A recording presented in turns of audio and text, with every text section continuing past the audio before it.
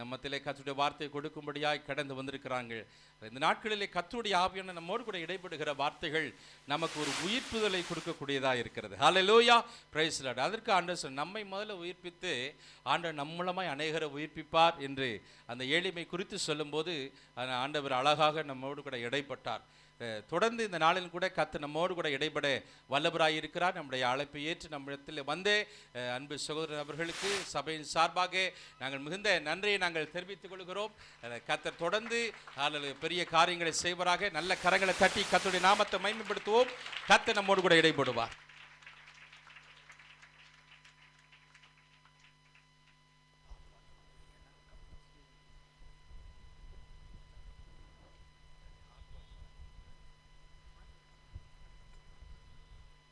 Jesus. ஆண்டவரும் இரட்சகருமான இயேசு கிறிஸ்துவின் நாமத்தினாலே இந்த ஆராதனை வேளையிலே உங்கள் நடுவிலே கர்த்தருடைய வார்த்தையை சொல்வதற்கு கற்றுக் கொடுத்த நல்ல வாய்ப்புக்காக நான் கர்த்தருக்கு நன்றி செலுத்துகிறேன். கண்களை மூடி ஜெபிப்போம். கண்களை மூடுவோம், கர்த்தரை நோக்கி பார்ப்போம், ஜெபிப்போம். இரக்கத்தில் ஐஸ்வர்யம் உள்ள எங்கள் அன்பின் பரலோக பிதாவே, இந்த ஆராதனை வேளைக்காக நாங்கள் உமக்கு நன்றி செலுத்துகிறோம். பேசுகிறவருக்கு செவி கொடுக்கத்தக்கதான கிருபையை எனக்கும் எங்களுக்கும் கட்டளையிடுவீராக. எங்கள் ஆண்டவர் இயேசுவின் மூலம் பிதாவே, ஆமென். எபேசியர் 2ஆம் அதிகாரம் 13ஆம் வசனத்தை எடுத்துக்கொள்ளணும். செய்தி அடிப்படையாக எபேசியர் 2ஆம் அதிகாரம் 13ஆம் வசனத்தை எடுத்துக்கொள்வோம்.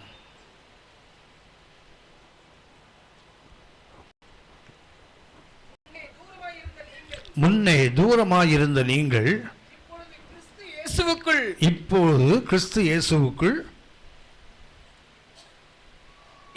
கிறிஸ்துவின் ரத்தத்தினாலே சமீபமானீர்கள். அதுக்கே இவ்வளவு பாடு காணாம போயிட்டீங்களோன்னு பார்த்தேனா. கவனிக்க, முன்னே நாம் எங்கே இருந்தோமா? தூரமாக இருந்தோம். இப்போ என்ன, கிறிஸ்து இயேசுவுக்குள் அவர் சிந்தின ரத்தத்தினாலும் என்ன ஆகிட்டோமா? கிட்ட வந்துட்டோம். அன்புக்குரியவர்களே, ஆராதனை என்பது ஆவிக்கு வாழ்க்கையின் வளர்ச்சியின் அடையாளம். நம்முடைய ஆராதனை தான் நம்ம எந்த அளவுக்கு கர்த்தருக்குள் வளர்ந்திருக்கிறோம், கர்த்தருடைய ஆவியானவர் எந்த அளவுக்கு நம்மை தேர்ந்தவனாக மாற்றி இருக்கிறார் என்பது நம்முடைய ஆராதனையை பார்த்து தான் தெரிந்து கொள்ள வேண்டும். இந்த வசனம் சொல்லுகிறது, முன்னே நம்ம எங்கே இருந்தோமா? தூரமாக இருந்தோம். தூரமாக இருந்தபோது நம்மகிட்ட 7 மைனஸ் பாயிண்ட் இருந்தது. முன்னாடி நாம் தூரமாக இருந்தபோது நம்மகிட்ட 7 விதமான குறைகள். 11, 12 வசனத்தை வாசிங்க. எபேசியர் 2:11-12. ஆனபடியினால் முன்னே மாம்சத்தின்படி புறஜாதியாராய் இருந்து, முன்னாடி நாம் யார்? we are Gentiles. முன்னாடி நாம் யாரா இருந்தோம்? புறவினத்து மக்களாக இருந்தோம். அடுத்தது, மாம்சத்தில் கையினாலே செய்யப்படுகிற விருத்த சேதனம் உடையவர்களால் விருத்த சேதனம் இல்லாதவர்கள் எண்ணப்பட்ட நீங்கள். அடுத்தது, நமக்கு என்ன கிடையாது? விருத்த சேதனம் கிடையாது. கவனிங்க, ஒன்று என்ன கிடையாது நமக்கு? பார்க்குறீங்களா வசனத்தை? நாம் யார்? முதல்ல நாம் இஸ்ரவேலர் அல்ல, நாம் புறவினத்தார். அடுத்தது என்ன ஆகிட்டோம்? நாம் விருத்த சேதனம் இல்லாதவர்கள். விருத்த சேதனம் உங்களுக்கு தெரியும், ஆதியாகமம் 17ஆம் அதிகாரத்தில் உடன்படிக்கையின் அடையாளம். ஆபிரகாமுக்கும் கர்த்தருக்கும் உள்ள உடன்படிக்கையின் அடையாளம் தான் அந்த சர்க்கம்சிஷன், அந்த விருத்த சேதனம். அப்படின்னா புறவினத்தாருக்கு என்ன கிடையாது? அந்த விருத்த சேதனம் இல்லை. அடுத்தது, அக்காலத்திலே கிறிஸ்துவை சேராதவர்களும். அடுத்தது, நம்ம யாரும் கிறிஸ்துவுக்கு நமக்கு சம்பந்தம் இல்லை, இஸ்ரவேலருடைய காணியாட்சிக்கு புறம்பானவர்களும். அடுத்து எங்கே இருந்தோம்? இஸ்ரவேலருடைய எல்லா அந்த உரிமைகளுக்கும் நம்ம வெளியே இருந்தோம். அடுத்தது, வாக்குத்தத்தத்தின் உடன்படிக்கைகளுக்கு அந்நியரும். அடுத்தது, வாக்குத்தத்தத்தின் உடன்படிக்கை நாம் அந்நியர்கள், நம்பிக்கை இல்லாதவர்களும். நம்பிக்கை இல்லாதவர்கள். இவ்வுலகத்தில் தேவ நட்டவுளமாய் இருந்தீர்கள் என்று கவனித்துக் கொள்ளுங்கள். கவனித்துக் கொள்ளுங்கள். 7 விதமான மைனஸ் பாயிண்ட். இன்னைக்கு நீங்கள் நானும் தேவ கிருபையினாலே கர்த்தருடைய சபைக்குள் வைக்கப்பட்டிருக்கிறோம். அவருடைய சரீரமாகிய சபைக்குள் வைக்கப்பட்டிருக்கிறோம். ஆனால் முன்னாடி நம்ம என்ன இருந்தோம்? 7 விதமான மைனஸ். ஆனால் கர்த்தருக்கு மகிமை, கிறிஸ்துவுக்குள்ளாக அவர் சிந்தின ரத்தத்தினாலே நம்ம என்ன ஆயிட்டோமா? சமீபமானீர்கள். அது 2:13 மட்டும் வாசிங்க.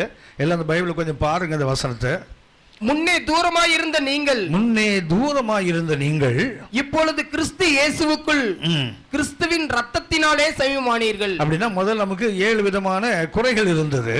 ஆனால் ஆண்டவர் இயேசுவுக்குள் நாம் வந்தபோது அவருடைய ரத்தத்தினால் என்ன ஆகிட்டோம்? நம்ம கிட்ட வந்துட்டு வந்துடுறீங்களா? கிட்டே வந்தோம்னா அதுக்கு அர்த்தம் என்ன சொல்லுங்களேன்? முன்னாடி தூரமாக இருந்தோம், இப்போ எங்கே வந்துட்டோம்? கிட்ட வந்துட்டோம். அதுக்கு அர்த்தம் என்ன சொல்லுங்க? ஐயா உள்ள வரலன்னு அர்த்தம். முன்னே தூரமாக இருந்தோம், இப்போ எங்கே பண்ணுறோம்? கிட்ட வந்திருக்கிறோம். அது பரிதாபப்படுத்துங்களா? we are not found inside. இன்றைய ஆவிக்குரிய உலகத்தினுடைய ஆபத்தே அதுதான். many people are loitering. அப்படி சுற்றிட்டு இருக்கிறாங்க. எங்கே? எல்லையில் அந்த பவுண்டரியில் சுற்றிட்டு இருக்கிறாங்களே தவிர they don't have the intention to enter. உள்ள வருவதற்கு இன்றைக்கு அநேகருக்கு மனம் இல்லை. எங்கே வந்துட்டோம்? முன்னாடி தூரமாக இருந்தோம், இப்போ சமீபம் ஆயிட்டோம், ஆனால் உள்ளே வரலையே. தூரமாக இருந்தாலும் ஒன்று தான், கிட்ட இருந்தாலும் ஒன்று தான், உள்ளே இல்லாவிட்டால். முன்னாடி தூரமாக இருந்தோம், கர்த்தருக்கு மகிமை, இயேசுவினாலே அவர் சிந்தின ரத்தத்தினால் என்ன ஆயிட்டோம்? வேகம் க்ளோஸர். ஆனால் தேவனுடைய திட்டம் அது அல்ல. 2:19 வாசிங்க. எபேசி 2ஆம் அதிகாரம் 19ஆம் வசனம். அந்தபடியே நாம் இருதிறத்தாரும் ஒரே ஆவியினாலே இடத்தில் சேரும் வாக்கியத்தை இல்லையா? 19:2-19. ஆகையால் நீங்கள் இனி அந்நியரும் பரதேசிகளுமாக. முன்னாடி நம்ம யாரா இருந்தோம்? தூரத்தில் இருந்தோம், அப்புறம் கிட்ட வந்தோம். தேவனுடைய திட்டம் கிட்ட இருப்பதல்ல. நம்ம எங்க இருக்கணும்? இனி நாம் யாரா இருக்கணும்? and we are not strangers or aliens. நம்ம யார் கிடையாது, அந்நியனும் அல்ல, பரதேசியும் இல்லை. முன்னாடி எப்படி தான் இருந்தோம். முதல் நிலை என்ன? 11-12 வசனத்தில் we are far away from the kingdom of God. கர்த்தருடைய ராஜ்யத்துக்கு நம்ம தூரமாக இருந்தோம். ஆண்டவர் இயேசுவுக்குள் நாம் வந்தபோது அவர் சிந்தின ரத்தத்தினால் என்ன ஆயிட்டோம்? கிட்ட வந்துட்டோம். கிட்டே வருவது மேன்மை அல்ல, ஆபத்து அதிகம்.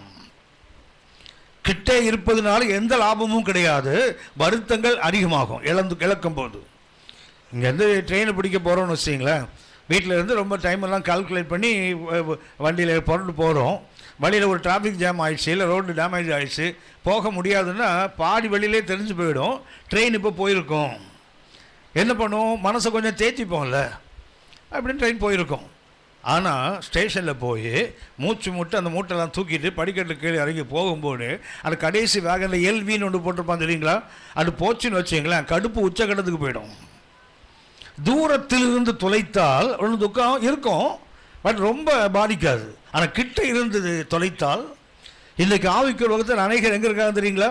கிட்ட தான் இருக்கிறாங்க, ஆனால் வருத்தம் என்னவென்றால் அவர்கள் உள்ளே இல்லை. 2 சாமுவேல் 3ஆம் அதிகாரம் 2 சாமுவேல் 3ஆம் அதிகாரம் சவுலோட தளபதி அப்னர் 27ஆம் வசனம் வாசிங்க. 2 சாமுவேல் 3ஆம் அதிகாரம் 27ஆம் வசனம். அப்னேர் எப்ரோனுக்கு திரும்பி வருகிற போது, அப்னர் என்பவன் சவுல் அரசனுடைய தளபதி. அவன் எங்கே வருகிறான்? ஹெப்ரோனுக்கு வருகிறான். நீங்கள் அறிந்திருப்பீர்கள், கர்த்தர் யோர்தான் நதிக்கு இந்த பக்கத்தில் 3 அடைக்கலப்பட்டினங்கள், யோர்தானுக்கு இந்த பக்கத்தில் 3 அடைக்கலப்பட்டினங்கள், மொத்தம் 6 அடைக்கலப்பட்டினங்கள். எதற்கென்றால் கைப்பிசகாக ஒருவனை கொண்டு விட்டால் அன்னைக்கு இருந்த சட்டம் என்ன? கண்ணுக்கு கண், பல்லுக்கு பல், மாட்டுக்கு மாடு, சூட்டுக்கு சூடு, அவ்வளவுதான். அன்றைக்கு அப்படிப்பட்ட சட்டம் இருந்தது. ஒருவனை கைத்தவசம் கொண்டுட்டான்னு வச்சுங்களேன், அவனுடைய உறவினர் இவனை கொல்ல தேடுவாங்க இல்லையா? அப்போ அவனுக்கு கர்த்தர் அடைக்கலப்பட்டினங்களை உருவாக்கினார். யோர்தானுக்கு இந்த பக்கத்தில் 3, அந்த பக்கத்தில் 3. ஒருவன் கைப்பிசகாக ஒருவனை கொண்டு விட்டால் என்ன செய்யலாம்? ஓடி போய் அந்த அடைக்கலப்பட்டினங்களில் உட்கார்ந்துருந்தா அவனை யாரும் கொல்லக்கூடாது. அவன் நாட்களில் இருக்கிற பிரதான ஆசாரியன் சாகிற வரைக்கும் அவன் என்ன பண்ணக்கூடாது? யாரும் தொடக்கூடாது. கர்த்தர் கைப்பசகாக வேணும் கொண்டவன் இல்லை, தவறுதலாக அடித்தான் செத்து போயிட்டான்னு வச்சுக்கிங்களேன், என்ன பண்ணுவாங்க? உடனே ஓடி போய் அங்கே இருந்து விட்டால் அவனை யாரும் கொல்லக்கூடாது. இந்த அப்னர் யுத்தத்தில் தோற்று ஓடும்போது இவன் சவுலோட தளபதி, தாவீதோட தளபதி பேர் யோவாப். அந்த யோவாபுக்கு ஆசகேல்னு ஒரு தம்பி இருப்பான். அவன் வெளியின் கலைமான்களைப் போல வேகமாக ஓடுறவன். அப்னர் தோற்று தப்பி ஓடும்போது இந்த ஆசகேல் போனால் பின்னாடி அவனை துரத்திட்டு போவான் அவனை பிடிப்பதற்காக. இப்போ அவன் சொல்லுவான், டேய் இவன் ஒரு தளபதி, அவன் ஒரு தளபதியோட தம்பி. சொல்லுவான், நீ யோவாபோட தம்பி தானே, நீ ஏன் என்னை பின்தொடர்ந்து வருகிறாய்? வேற யாரையா ஒருத்தர் போய் பிடிச்சிக்கோ, என்ன துன்பப்படுத்தாதே. ஆனால் ஆசைகள் சொல்லுவான், ஒன்றை தாண்டா பிடிப்பேன். என்ன ஆகும் தெரியுங்களா? ஈட்டியை எடுத்து முன்பக்கம் அல்ல, ஈட்டியின் பின்பக்கம் தெரியுங்களா, அது ஷார்ப்னஸ் இல்லாத பக்கம், அந்த பக்கத்தை எடுத்துகிட்டு போனோம். இவனை விலக்கி விடுவதற்காக இவன் ரதத்தில் போயிட்டு இருக்கிறான், அவன் கீழே ஓடி வந்துட்டு இருக்கிறான். அவன் விலக்கும் போது என்ன சரிங்களா, அவன் ஓடி வந்த வேகத்தில் முன்பக்கம் அல்ல, பின்பக்கமே வயிற்றுக்குள்ளவே முதல் வந்துடுச்சு. ஸோ இது இன்டென்ஷனல் மர்டர் அல்ல, அது திட்டமிட்டு செய்த கொலை அல்ல, கைப்பிசகாய் நடந்தது. இப்போ என்ன பண்ணிட்டான் அப்னர்? இனி யோவாப் நம்ம கொன்னுடுவான். ஆக என்ன செய்யலாம் தெரியுங்களா? ஹெப்ரோனுக்கு போனான்னு போட்டிருப்பாருங்களேன். திரும்ப வாசிங்க 27ஆம் வசனம். அப்னேர் எப்ரோனுக்கு திரும்பி வருகிற போது, ஹெப்ரோன் என்பது 6 அடைக்கல பட்டணங்கள், ஒன்றுக்கு பேர் ஹெப்ரோன். அந்த ஹெப்ரோனுக்கு வருகிறான். யோவாப் அவனோட ரகசியமாய் பேசுகிறவன் போல பேச போகிறவன் போல அவனை ஒளிமுக வாசலின் நடுவே ஒரு பக்கமாய் அழைத்து போய் தன் தம்பி ஆசைகளுடைய ரத்த பலியை வாங்க அங்கே அவனை வயிற்றிலே குத்தி கொன்று போட்டான். கவனிங்க, அப்னர் எங்க போகிறான்? அடைக்கல பட்டணத்துக்கு போகிறான், ஹெப்ரோனுக்கு. பின்னாடி யார் போகிறான்? தாவீதோட தளபதி யோவாப். என்ன பண்றான்? வாப்பா உன்கிட்ட ஒரு ரகசியம் பேசணும்பா. என்ன பண்ணுறான்? அவனை அப்படியே தோலை கைப்பட்டு வெளியே கூப்பிட்டு வரான். எங்கே தான்? ஒளிமுக வாசல் போட்டிருப்பாருங்க. ஒளிமுக வாசல் என்றால் அந்த பட்டணங்களுக்கு ஒரே ஒரு வாசல் தான் இருக்கும், ஒரே ஒரு கேட் தான் இருக்கும். என்ன பண்ணுறான் பாருங்க, அவனை அழைத்து கொண்டு வந்து ஒளிமுக வாசலுக்கு பக்கத்தில் போய் அவனை வயிற்றில் குத்தி கொண்டு போட்டான் பாருங்களேன். பின்னாடி தாவீது அப்னேருக்காக புலம்பும்போது சொல்லுவான், அப்னர் மடிகட்டவனை போல செத்தானே. ஏன் மடிகட்டவனை போல செத்தான்? நீ ஹெப்ரோனுக்கு உள்ள இருந்தா உன்னை கொண்டு இருக்க முடியாத, நீ ஏண்டா வெளியே வந்த? திரும்ப சொல்லுகிறேன் உங்களுக்கு, ஆவிக்குரிய வாழ்க்கையில சபையாகிய அந்த அடைக்கல பட்டணம், கிறிஸ்துவாகிய அடைக்கல பட்டணத்துக்குள்ள இருக்கிற வரைக்கும் தான் உங்களுக்கும் எனக்கும் பாதுகாப்பு. அதுக்கு வெளியே ஒரு கால் எடுத்து போட்டீங்க, உங்களுக்கு தெரிந்த வார்த்தை, அபயத்துக்கும் அபாயத்துக்கும் ஒரே ஒரு வித்தியாசம், கால் தான். அபயம் என்றால் பாதுகாப்பு, அபாயம் என்றால் பாதுகாப்பு இன்மை. அபயம் என்றால் தமிழ் தெரியும் தானே? தமிழ் தெரியுமா? இந்த கண்ணெல்லாம் பார்த்து பார்த்துட்டு இருக்கீங்க, இதுதான் உலகமா, இதுதான் மனிதர்களா, இதுதான் சபையா, அப்படி தான் பார்த்துட்டு இருக்கீங்க. கவனிங்க, அபயம் என்றால் பாதுகாப்பு, அபாயம் என்றால் பாதுகாப்பு இல்லாத நிலை. இந்த அப்னர் அடைக்கல பட்டணத்துக்குள்ள இருந்திருந்தால் அவன் என்ன செய்ய முடியாது? கொல்ல முடியாது. அவன் எங்க இருந்தான்? ஒளிமுக வாசல் வழியா வெளியே வந்தான். பார்த்தீங்களா? அவன் கொண்டு விட்டானே. நீங்கள் நானும் பக்கத்தில் இருப்பதனால எந்த மேன்மையும் இல்லை. முன்னாடி தூரத்தில் புறஜாதியாக இருந்தோம், விருத்த சேதனம் இல்லாதவர்களாக இருந்தோம், இஸ்ரவேலின் காணியாட்சிக்கு புறம்பாக இருந்தோம், வாக்குத்தத்தத்துக்கு அந்நியராக இருந்தோம், தேவனற்றவர்களாக இருந்தோம், கிறிஸ்துவை சேராதோம். இதெல்லாம் பழைய நிலை. ஆனால் இப்போ எங்கே வந்துட்டோம்? கிட்ட வந்துட்டோம். கிட்ட வந்ததுனால ஒன்றும் பெரிய லாபம் இல்லை, உள்ளே இல்லாத வரைக்கும், உள்ளே வராத வரைக்கும். நீங்கள் ஆவிக்கு வர்றது பார்த்தீங்கன்னா அப்படி விளையாடிட்டு இருக்கிறாங்க எல்லைகளில். காதேஷ் பர்னேயா என்று ஒன்று கொஞ்சம் கேள்விப்பட்டிருப்பீங்க. காதேஷ் பர்னேயா என்றால் என்னாகும் 25 நேரம் இல்லை, என்னாகும் 25ஆம் அதிகாரம் உங்களுக்கு நேரம் அதை படித்து பாருங்கள். இஸ்ரவேல் மக்கள் காதேஷ் பர்னேயாவில் பாளையம் இறங்கி இருப்பாங்க. அதுக்கு வெளியே யார் இருப்பாங்க தெரியுங்களா? மோவாபியர்கள் இருப்பாங்க. இந்த மோவாபிய பெண்கள் என்ன பண்ணுவாங்க தெரியுங்களா? இந்த எல்லை இருக்கு பார்த்தீங்களா? காதேஷ் பர்னேயா என்றால் பரிசுத்தத்தின் எல்லை. குவாதேஷ் என்ற எபிரேய வார்த்தைக்கு ஹோலினஸ். குவாதேஷ் பர்னேயா என்றால் territory or boundary of holiness. என்ன நடந்தது தெரியுங்களா? வெளியே மோவாவிய பெண்கள் சுற்றுறாங்க, நம்ம ஆளு உள்ள சுற்றினான். எங்கே சுற்றுறாங்க? வெளியே போகலை, அவள் வெளியே சுற்றுறாங்க மோவாவி பெண்கள். இவன் என்ன பண்ணா தெரியுங்களா? உள்ளே சுற்றிட்டு இருந்தான். ஒரு நாள் ஒரு பெண் கூப்பிட்டா, எங்கள் கோயிலில் ஒரு விழா நடக்குது, நீ வரியா?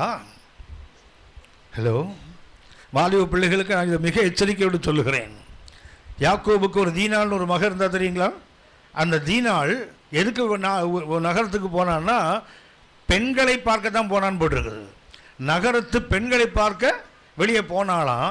ஆனால் அங்கே ஒரு ஆம்பளைட்டை தான் மாட்டினாவா.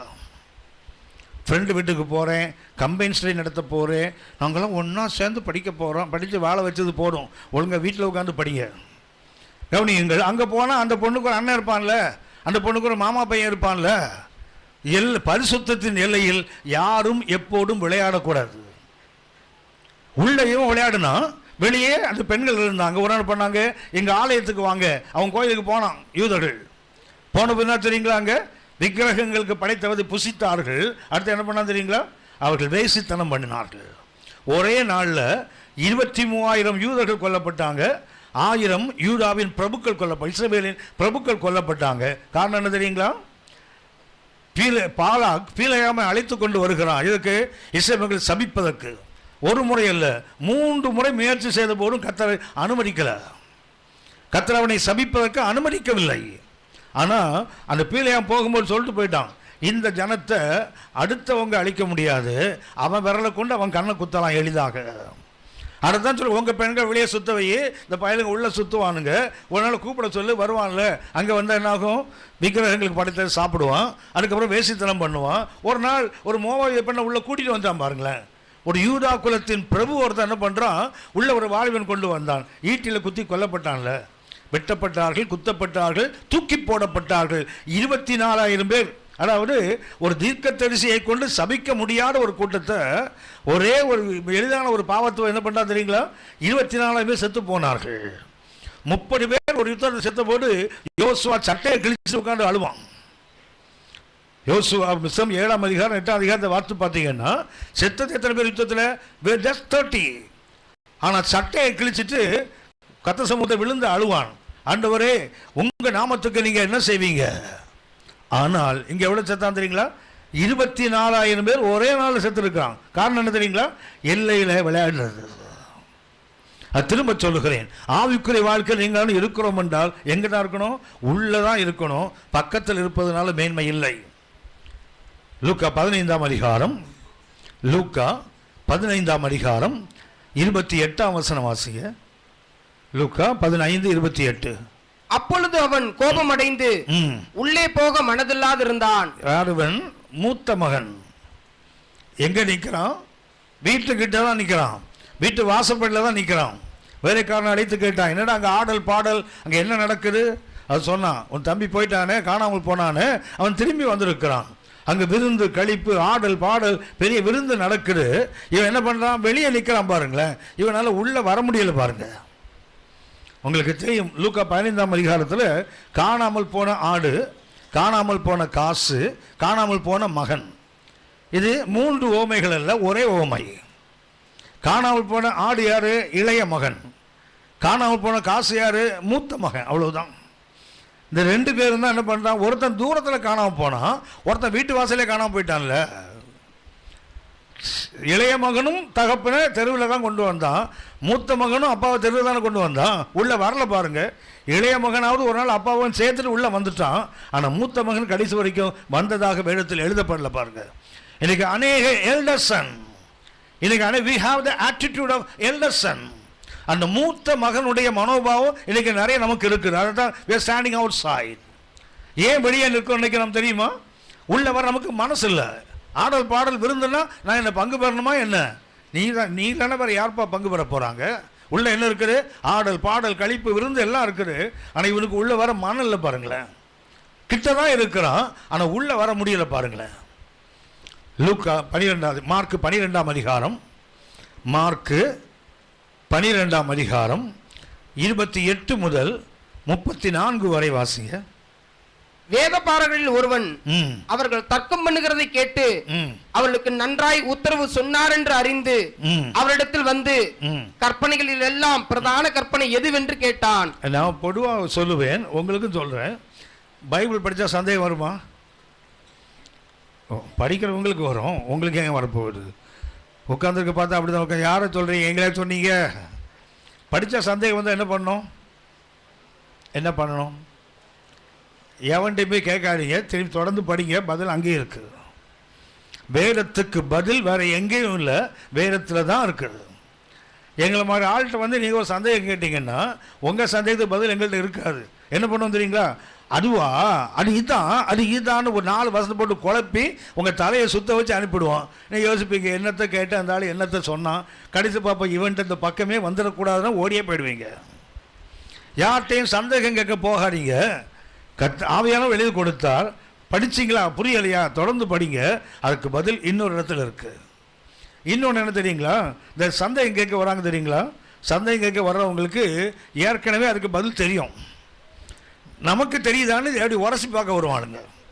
இந்த கீழே ஏதாவது மஞ்சளாக ஒன்று தெரிஞ்சுன்னு வச்சிங்களேன், அதை தூக்கி கடையில் கொண்டு போனால் அவன் உரசி பார்ப்பான் தெரியுங்களா. அதே மாதிரி ஆவிக்கிறத உரசி பார்க்குற கூட்டம் நிறைய இருக்குது. அதாவது அவங்களுக்கு தெரிஞ்சது பிரசங்கியாருக்கு தெரியுதான்னு அது பார்க்க வருவான். இந்த தீர்க்கதரிசிகள் வந்து தலை நீட்டுவாங்கல்ல ஆளுங்க, ஹலோ, தீர்க்கதரிசி வந்து தலை நீட்டுவாங்கல்ல, உங்களை நீங்களாம் தங்கம் இல்லை, உங்களுக்கு தலையே கிடையாது, இருந்தால் தானே நீட்டுறதுக்கு. கவனிங்க, தீர்க்க தரிசனம் பார்த்தீங்கன்னா போய் என்ன பண்ணுவான் தெரியுங்களா? அவர் தலை நீட்டுவாங்க. உடனே அவர் மகளே உன்னை சுற்றி ஒரு இருளை காண்கிறேன்னுவார். கண்ணை திறந்து பாப்பா, கண்ணை மூடிது ஜெபம்னா இருளாக தான் தெரியும். இவன் என்ன பண்ணுவான்? மகளே இருள்னு சொல்லுவார். உடனே தலையை ஆட்டும் பாருங்களேன், ஆடு மாதிரி தலையாட்டும் போயிடும். அதுக்கப்புறம் இன்னொரு தீர்க்க தரிசி வந்தாங்கன்னா மறுபடியும் அவன்கிட்டையும் போய் தலையை நீட்டும். ஒரு முறை கேட்டால் தான் அவர்கிட்ட ஜெபம் பண்ணிங்கள்ல, அவர் தான் தீர்க்க தரிசனம் சொன்னார், அப்புறம் இவர்கிட்ட ஏன் போய் கேட்குறீங்க? இல்லை அவர் சொன்னதான் இவர் சொல்கிறான்னு பார்த்தோம். வெரிஃபை பண்ணுறான் பாருங்க. ஆவிக்குரிய உலகத்தில் சந்தேகம் கேட்க வர்ற ஆளுங்க தெரிந்திருக்கும், இல்லைன்னா நமக்கு தெரியாதுங்கிறத நிரூபிக்க தான் வருவான். இயேசு இடத்துல ஒரு வேத பாரகன் வருகிறான். ஆண்டவர் நன்றாக பதில் சொல்வதை பார்த்து என்ன பண்ணுறான்? வந்து கற்பனைகளில் பிரதான கற்பனை என்ன? உன்னை இயேசு தொடர்ந்து பேசுவார். சொன்ன உடனே ஆமாம் ஆண்டவரே நீ சொன்னது சரிதான், என்னடா கோமாளி உனக்கு அப்போ தெரிஞ்சிருக்குல்ல. வாசிங்க தம்பி. இயேசு அவனுக்கு பிரதியுத்தரமாக, கற்பனைகளில் எல்லாம் பிரதான கற்பனை எதுவென்றால், இஸ்ரவேலே கேள், நம்முடைய தேவனாகிய கர்த்தர் ஒருவரே கர்த்தர், ஒருவரே கர்த்தர். உன் தேவனாகிய கர்த்தரிடத்தில் உன் முழு இருதயத்தோடும் உன் முழு ஆத்மாவோடும் உன் முழு மனதோடும் உன் முழு பலத்தோடும் அன்பு கூறுவாயாக என்பதே பிரதான கற்பனை. இதற்கு ஒப்பாயிருக்கிற இரண்டாம் கற்பனை என்னவென்றால், உள்ளிடத்தில் நீ அன்பு கூறுவது போல் பிறனிடத்திலும் அன்பு கூறுவாயாக என்பதே. இவைகளிலும் பெரிய கற்பனை வேறொன்றும் இல்லை என்றார். அவன் கேட்ட கேள்விக்கு ஆண்டவர் பதில் சொல்லிட்டாரு. அவன் என்ன பண்றான் பாருங்க. அதற்கு வேதபாரகன், சரிதான் போதகரே. பாருங்க, இயேசுநாதருக்கு மார்க் போடுறான் பாருங்களா. இதுதான் சொன்னேன், இந்த கேள்வி கேட்க வர ஆளுங்களுக்கெல்லாம் தெரியாம வரதில்லை. மண்டையில் நிறைய காடு வழியாக வழியுது பைபிள். நம்மளை வந்து உரசி பார்ப்பான், அவனுக்கு தெரியுதா இல்லையான்னு பார்க்க வருவான். ஏன் உனக்கு இயேசுநாதர் கிடைச்சாரு? ஆண்டவர்கிட்ட என்ன பண்ண? ஆம் போடுகிறேன், நீ சொன்னது சரிதான போன தெரிஞ்சிருக்கிற, அப்புறம் ஏன் கேட்க போனேன்? ஆண்டவர் சொன்னது அப்படியே திருப்பி அவன் சொல்லுவான் பாருங்களேன். சொன்ன உடனே 34ஆம் வசனம் வாசிங்க. அவன் விவேகமாய் உத்தரவு சொன்னதை இயேசு கண்டு, அவன் விவேகமாய் உத்தரவு சொன்னதை இயேசு கண்டு, நீ தேவனுடைய ராஜ்யத்துக்கு தூரமானவன் அல்ல என்றார். அதுக்கு அர்த்தம் என்ன? உள்ள வரல, கிட்ட தான் இருக்கிறான், உள்ள வரல. காடு வழியாக பைபிள் வழியுது. இயேசுநாதருக்கு தெரிஞ்ச அளவுக்கு அவனுக்கும் தெரிஞ்சிருக்குது பைபிள். ஆனால் எங்கே வர விருப்பம் இல்லை அவனுக்கு. எதுவும் நீ தூரமானவள் அல்லன்னா கிட்ட தான் இருக்கிற, ஆனால் எங்கே உள்ள இல்லை. நோவா பேழையை செய்கிறார். ஏறக்குற 100 அல்ல 120 ஆண்டுகள் பேழையை செய்கிறார்.